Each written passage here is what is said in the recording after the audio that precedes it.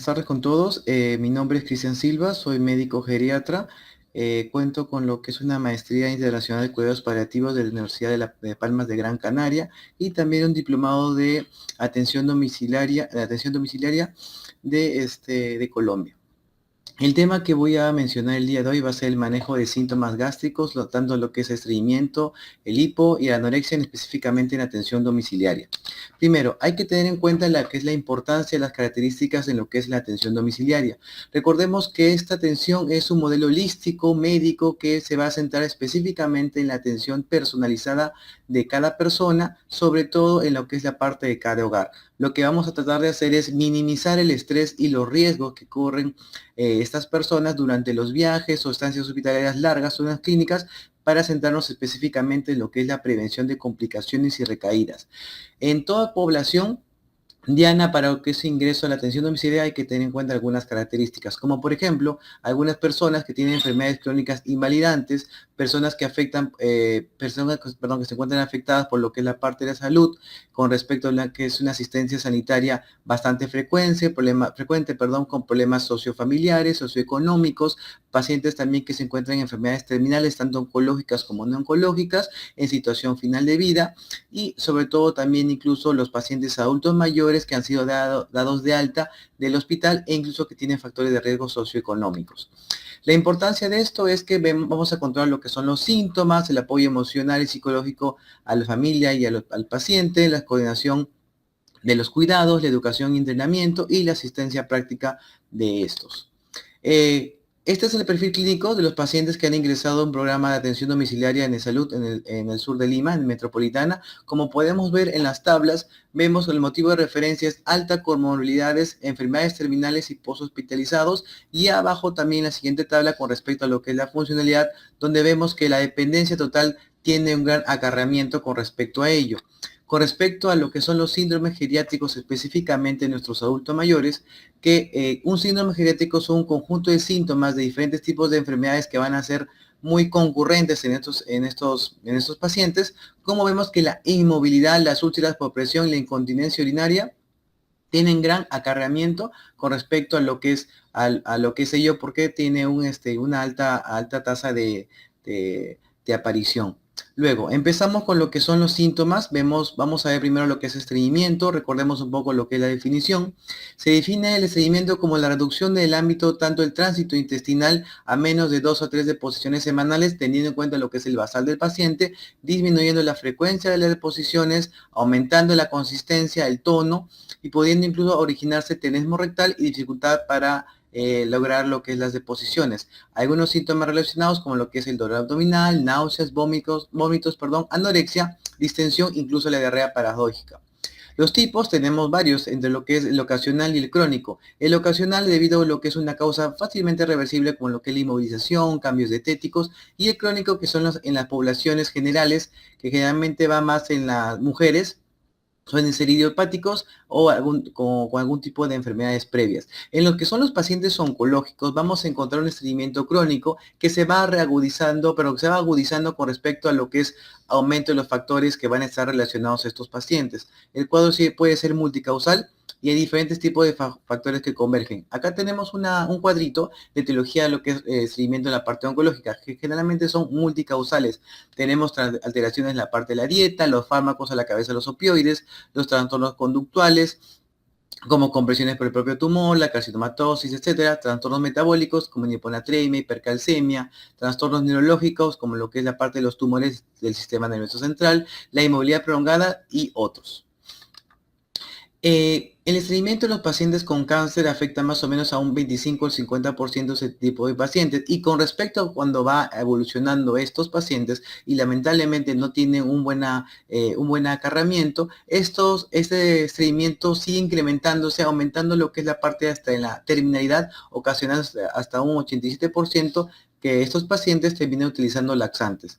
En los pacientes también con cáncer avanzado vamos a encontrar que están llevando opioides, que a su vez también están llevando un conjunto de medicamentos laxantes hasta aproximadamente un 64%. ¿Cuáles son las características propias antes del diagnóstico en atención domiciliaria? Uno, conocer el basal del paciente, ver lo que es la dieta, rica en fibra, soluble e insoluble. Recordemos que la insoluble es la la que me va a ayudar mucho para lo que es la consistencia en las heces, la movilidad del paciente, los hábitos, el ejercicio físico, las enfermedades de fondo, el diagnóstico situacional del paciente y lo que es la terminalidad y situación final de vida.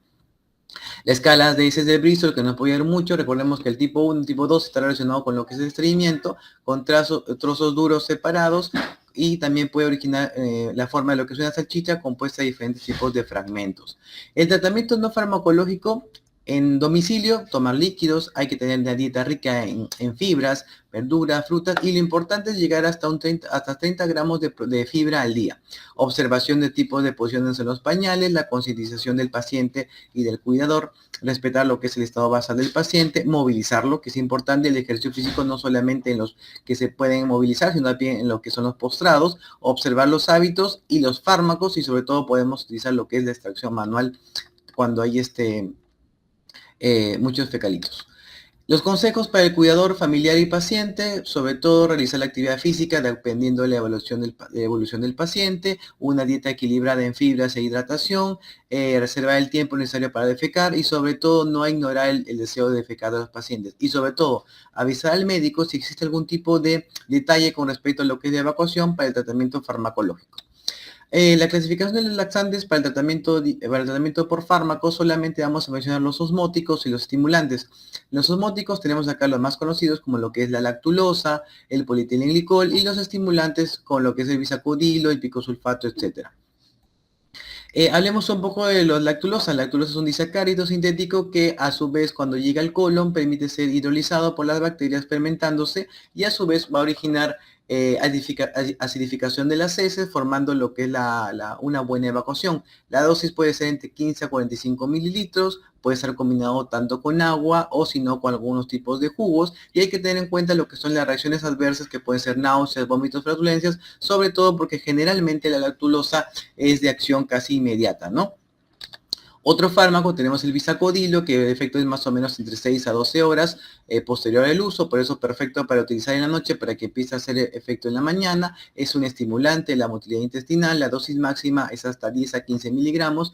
Tenemos que tener en cuenta también lo que son las reacciones adversas, muy parecidas a la lactulosa, como el dolor abdominal, cólicos y náuseas, y sobre todo no darse en lo que es la obstrucción intestinal.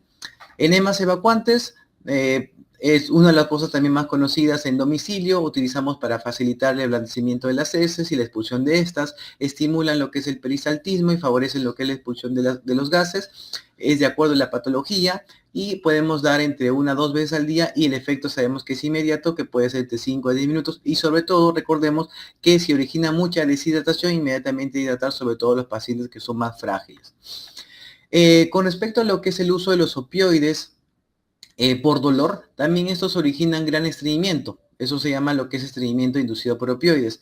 La prevalencia de estreñimiento por la población oncológica con tratamiento de opioides puede llegar hasta el 60-90%, siempre que se utilice un fármaco opioide en un paciente oncológico y o no oncológico, a la cabeza los primeros, hay que usar siempre una profilaxis para el estreñimiento, basado no solamente en las medidas higiénico-dietéticas ya indicadas e individualizadas, sino un laxante. A su vez, también vamos a encontrar que muchas veces las medidas no son suficientes y vamos a tener que hacer una combinación de diferentes fármacos como los osmóticos y los estimulantes. Este es un pequeño gráfico de la Sociedad Española de Oncología Médica, donde empezamos, por ejemplo, con un paciente con un dolor oncológico específicamente, se prescribe analgésico y podemos utilizar cualquier tipo de profiláctico, tanto osmótico como estimulante. Vemos si desarrolla o no los criterios de Roma 4, que son estos, que son para poder abordar específicamente si va a haber alteraciones en la evacuación, cambios en la frecuencia de la evacuación o los cambios de la apariencia de las formas de las heces.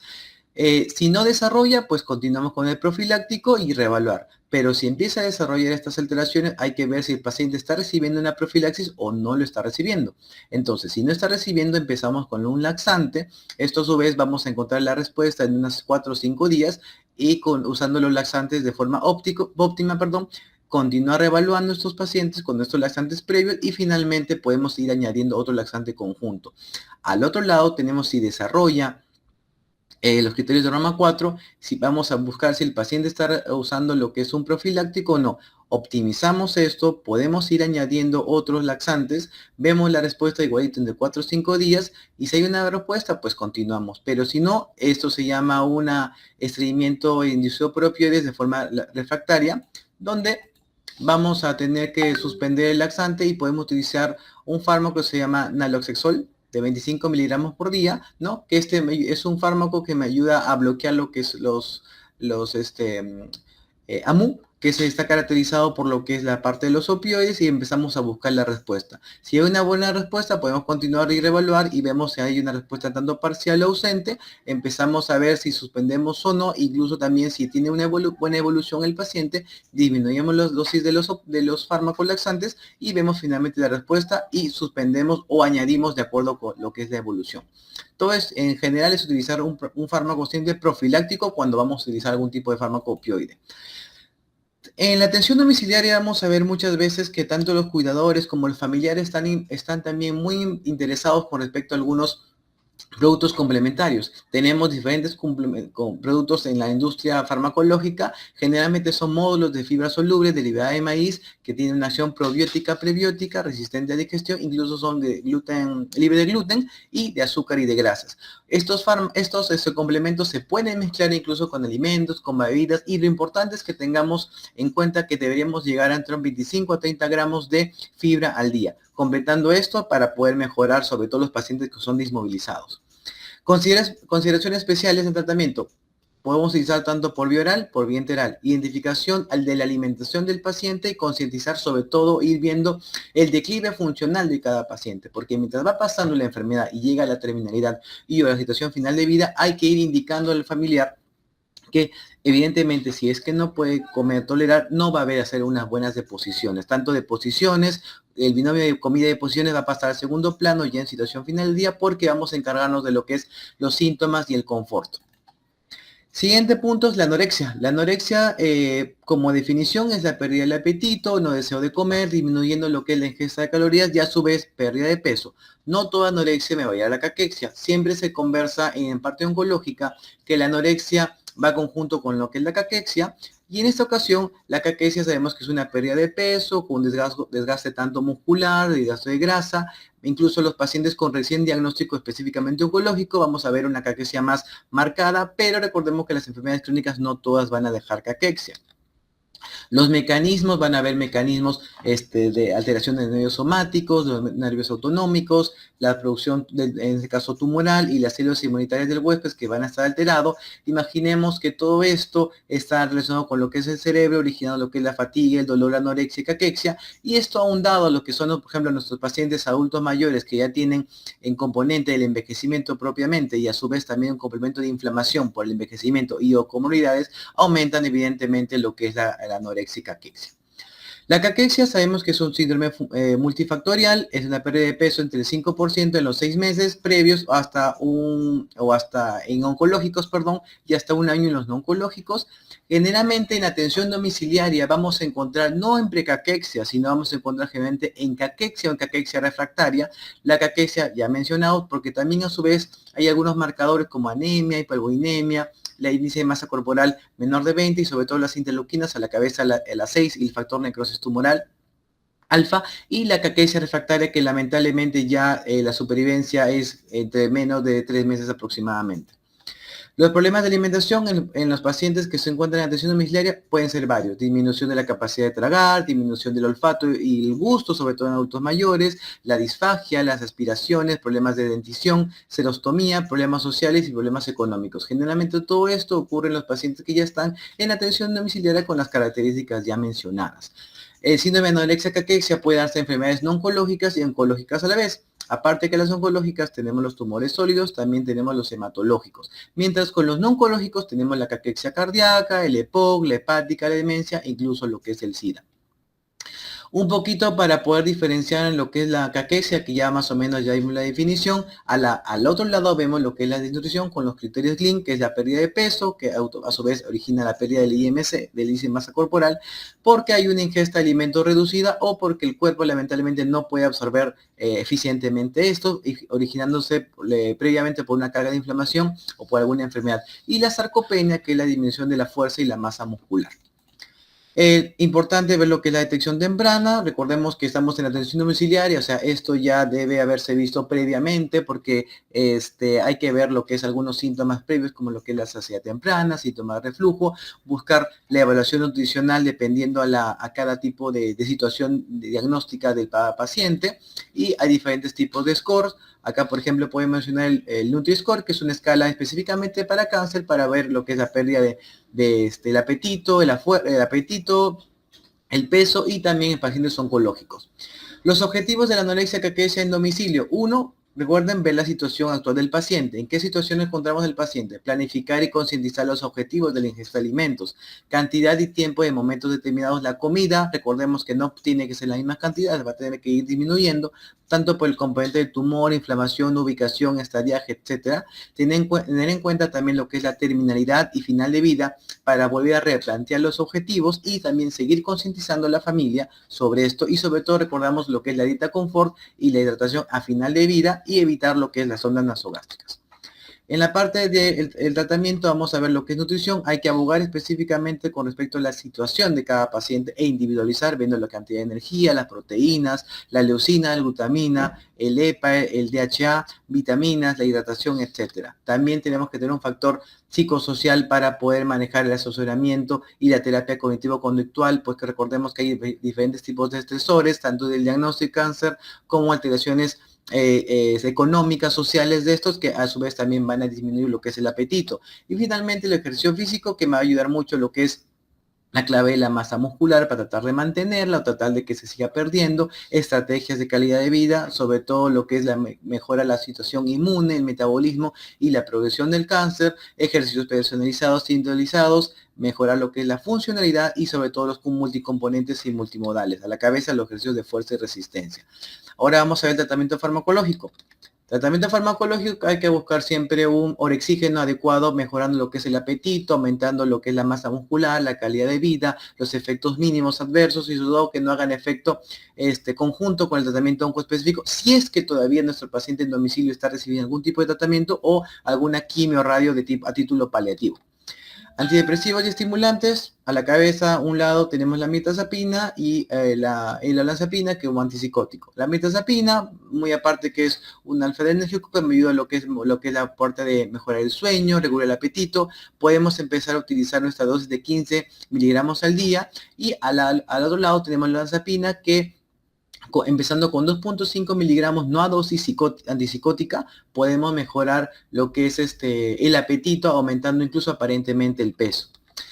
Otros estimulantes, los cannabinoides, que están a boque, recordemos que aparentemente pueden tener un potencial bueno para el apetito y el peso, hay que tener cuidado de los efectos adversos, la discrepancia es bastante llamativa, y este es un artículo, es un metaanálisis, perdón, que lo que quiero evidenciar, disculpen, es tanto el apetito como el peso. No hubo ningún cambio significativo con respecto a lo que es cannabinoides versus lo que son los dos fármacos placebos, ¿de acuerdo? Entonces hay falta de evidencia. Hay más investigación, en algunos pacientes podría mejorar, con otros no, pero lamentablemente la evidencia científica es marcada y no hace cambio ni al peso ni tampoco el apetito. El acetato megestrol es uno de los fármacos más conocidos, es el producto más utilizado, es bueno, estudiado y beneficioso, aumenta el apetito, sí, aumenta el peso también. Hay que tener en cuenta los efectos adversos, sobre todo lo que es la trombosis y los efectos del sistema nervioso central. Hay que ver la edad, el tipo de cáncer, estrategia de cáncer, etcétera. Y sobre todo podemos empezar a utilizar el inicio de 160 miligramos en tabletas, podemos llegar hasta 300, hasta 800 en día en tabletas en pacientes jóvenes, y en los adultos mayores hay que tener en cuenta hasta 320, o también existen las suspensiones orales, que podemos utilizar hasta 20 mililitros por día, pero tengamos en cuenta que nuestros pacientes de atención domiciliaria ya se encuentran postrados. Los anabólicos presentan mayor cantidad de efectos adversos ya mencionados, y los no anabólicos, por ejemplo, si tengo yo un paciente con un cáncer de páncreas y que queremos, digamos, un poquito aumentar lo que es el apetito, vamos a poder aumentarlo por el efecto propio de la insulina, ¿no? Aumentando lo que es la grasa corporal. Al otro lado tenemos los corticoides, que también pueden aumentar el apetito, aparentemente en las etapas avanzadas, incluso mejoran la fatiga, sobre todo en los pacientes domiciliarios, ¿sí? Utilizamos la dexametasona, lamentablemente el efecto es temporal, desaparece a 2 a 3 semanas, tengamos en cuenta los efectos de hiperglicemia, miopatías y trombosis también, La dosis en pacientes podemos utilizar de 4 miligramos cada 24 horas hasta tranquilamente de 4 a 8 miligramos cada 12 horas, pero tengamos en cuenta los efectos adversos y sobre todo hasta menos de 3 semanas. Este es un artículo que solamente va a comparar megestrol, dexametasona y placebo en pacientes con cáncer avanzado totalmente paliativos, de acuerdo al cáncer de pulmón, colon y próstata, donde acá se dieron las dosis identificadas de megestrol con dexametasona, y lo que quería que vean es que sí aumenta tanto el apetito en las semanas, de acuerdo, porque es una evaluación de 4 semanas, sí, tanto megestrol como dexametasona, menos el placebo, pero lamentablemente los efectos adversos son bastante llamativos. Tanto megestrol como dexametasona originaron insomnio, trastorno del humor, dolor musculares, los cabezas en lo que es la dexametasona, perdón, hiperglicemias, alteración en lo que es la parte nutricional, en lo que es el acetato de megestrol, las alteraciones en lo que es la parte vascular.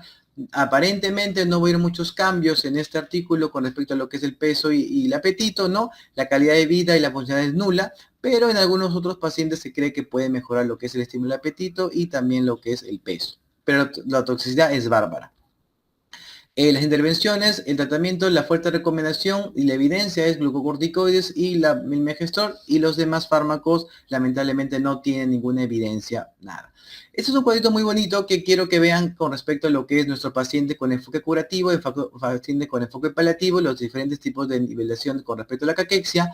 Acá ya utilizamos nuestro DIPAL 4.0 para poder identificar cuáles son los pacientes que tienen necesidades paliativas, y específicamente lo que quiero que vean es que generalmente nuestro paciente con atención domiciliaria, que ya tiene las características ya mencionadas, encontramos en una enfermedad avanzada o en terminalidad. Prácticamente en enfermedad avanzada, porque lamentablemente el tratamiento oncológico muchas veces no ha sido efectivo o solamente es paliativo, y acá hay que tener en cuenta donde de recomendación posiblemente son los corticoides, que puedan mejorar lo que es la parte de la fatiga y algo el apetito, más los otros fármacos no. ¿Por qué? Porque lamentablemente tienen bastantes efectos adversos, incluso son nulos, pero siempre recordemos que hay que individualizar.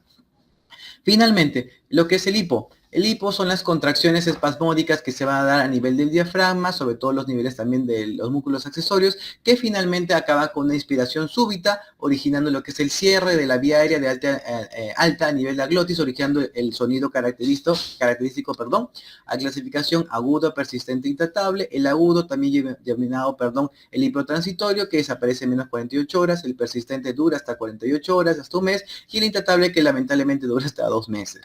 El hipoagudo tiene sus características sobre distensión gástrica, sobre todo en pacientes domiciliarios, ingesta de exceso de gasificantes, por procedimientos a veces, cambios térmicos, toma de alimentos tanto muy calientes o muy fríos, exceso de cigarrillos o de alcohol, y sobre todo el estrés emocional. Recordemos que nuestros pacientes domiciliarios tienen sus características, y esto siempre lo voy a mencionar porque estos generalmente son los que tienen mayor cantidad de hipo.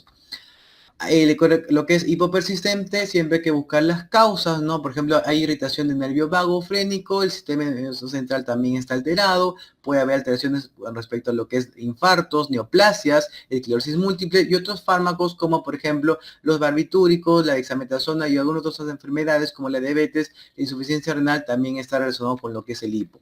Tratamiento no farmacológico. La verdad, siempre hay que buscar siempre la causa determinada para revertirlo. Hemos escuchado un montón de veces estornudar, toser, dar un golpe en la espalda, tomar agua fría, asustarse, etcétera. Pero lamentablemente esta utilidad de tratamientos es incierta, porque es tratamiento que muchas veces va de generación en generación, pero no tiene evidencia científica. Tener en cuenta, como le mencionó, siempre buscar un tratamiento etiológico, por ejemplo, en reflujo gastroesofágico. Buscamos los antisecretorios habituales, el omeprazol o similares, para evitar el hipo por relacionado a lo que es la técnica de antirreflujo, y seguir observando sobre todo en estos pacientes postraditos. Tratamiento farmacológico, tenemos algunos fármacos como por ejemplo el baclofeno, que con una dosis de 5 a 20 miligramos cada 6 a 12 horas, aloperidol tanto en tabletas, ampollas o si no en gotas también. 2 a 12 miligramos por día. Recordemos que son adultos jóvenes, adultos mayores hasta 5 miligramos en ampolla. Y la metoclopramida por vía oral podemos utilizar 10 miligramos cada 6 horas o de 5 a 10 miligramos intramusculares cada 8 horas. Pero si tenemos un paciente que lamentablemente no tiene una vía oral específica o no funciona, o ya digamos está en terminalidad y está con hipo consistente, utilicemos nuestra vía subcutánea, donde tenemos fármacos que sí pasan por esta vía, el aloperidol y la metoclopramida. Bien, eso es todo. Muchas gracias.